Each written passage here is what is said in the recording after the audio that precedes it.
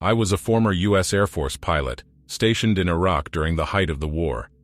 I had seen things that would make most people's blood run cold, but what I experienced one night in the desert was beyond anything I could have ever imagined. It was a hot summer night, and I was on patrol with my squad.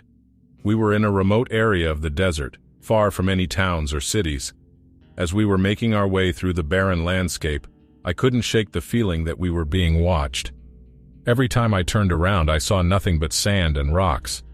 As we reached a small hill, I noticed something strange. A pair of eyes were staring at us from the shadows.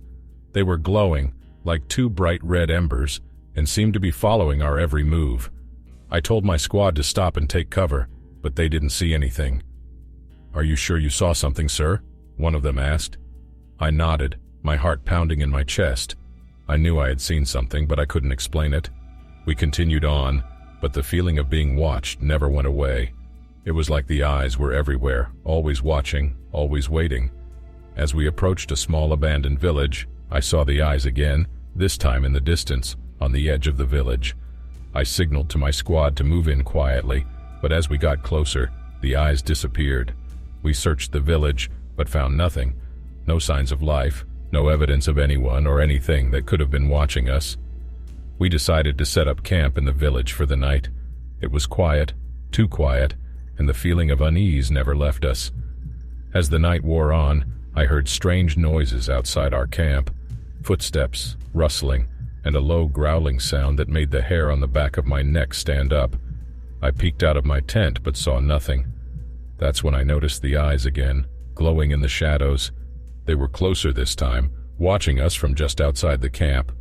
I woke up my squad, and we prepared for a possible attack. But as we looked around, we realized that the eyes were all around us, dozens of them, glowing in the darkness, watching us. We tried to call for backup, but our communications were jammed. It was like we were cut off from the rest of the world, isolated in the middle of nowhere with these eyes staring at us. As the night wore on, the eyes grew closer and closer. They were no longer just glowing orbs in the shadows, but had taken on a more distinct shape.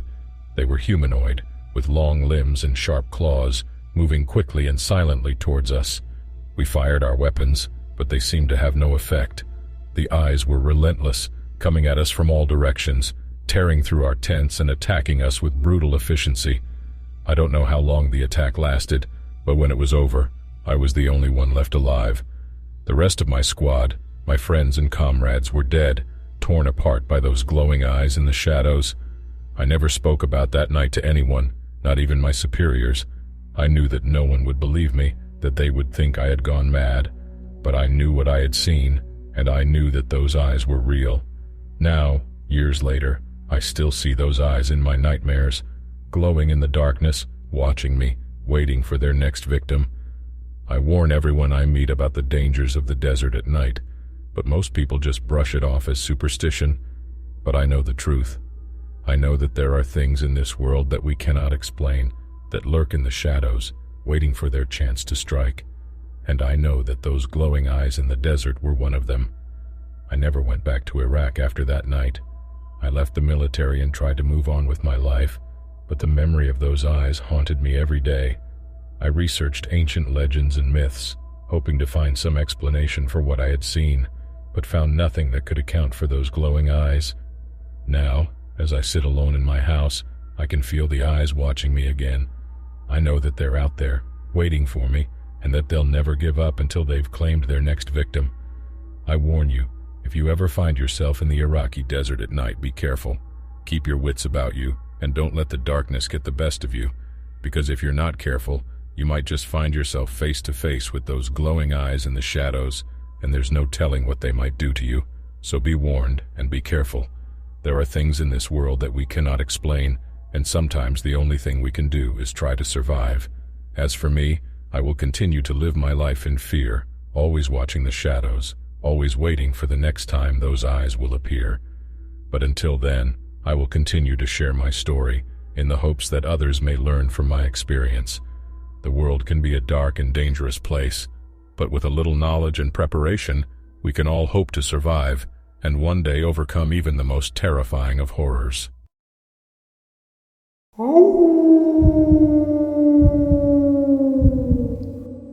My name is David, and I was once a U.S. Marine stationed in Iraq. My time there was filled with horrors beyond imagination, and I was witness to things that most people could never fathom. But of all the strange and terrifying experiences I had, there was one that will stay with me for the rest of my life. It all started when my unit was sent to investigate an abandoned village.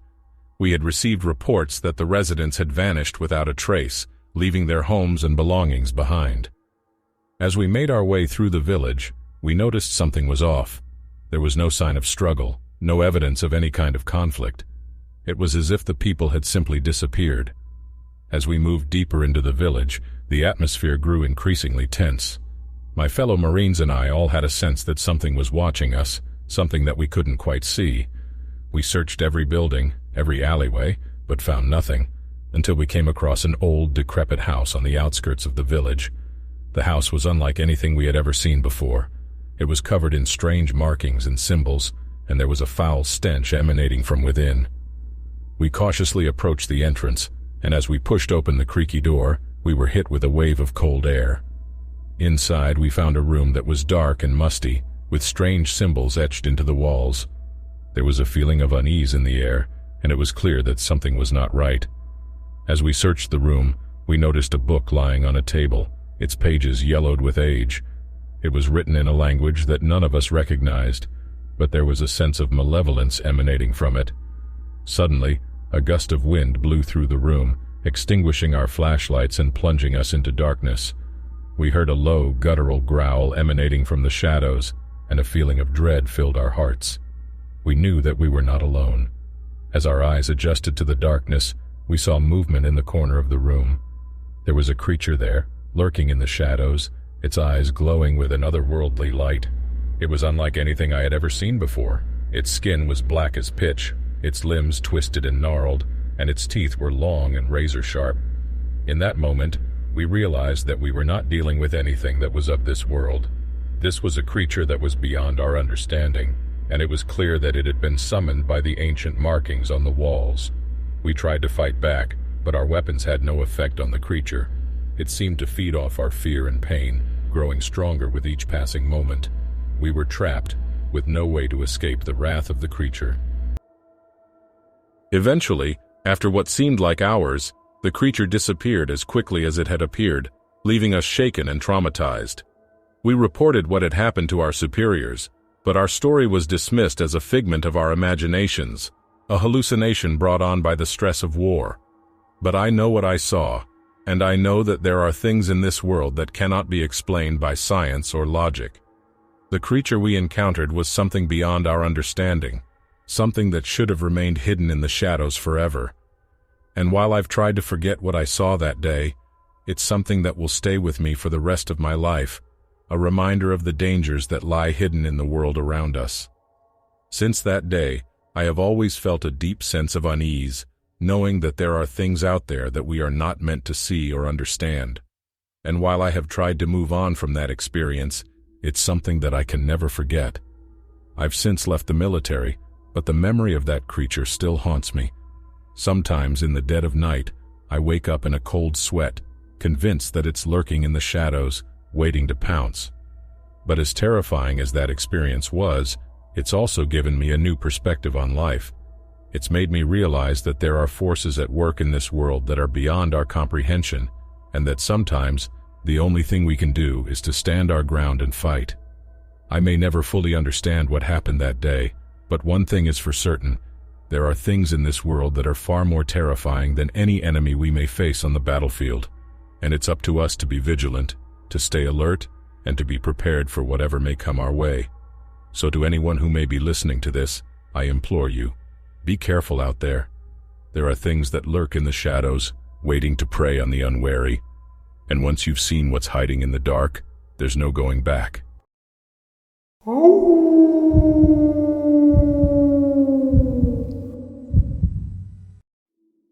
My name is Peter, and I was a Marine stationed in Iraq.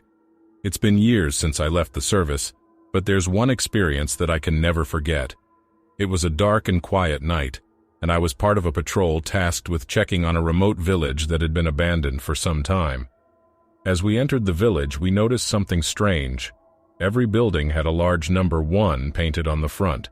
At first, we thought it was some kind of marking left behind by a previous unit, but as we moved further into the village, we began to realize that something far more sinister was at work.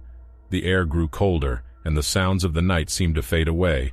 We pressed on, our hearts pounding with a mix of fear and anticipation. As we reached the center of the village, we noticed a large building that looked like it had been untouched for years. The number 1 was painted on the front door in large, bold letters. With no other options, we cautiously made our way inside. The building was dark, but we could see outlines of what appeared to be various objects strewn about the room. We took a closer look, and our hearts sank. The objects were arranged in the shape of a large inverted pentagram. At the center of the pentagram lay a single object, a large glowing stone with the number 1 etched into its surface.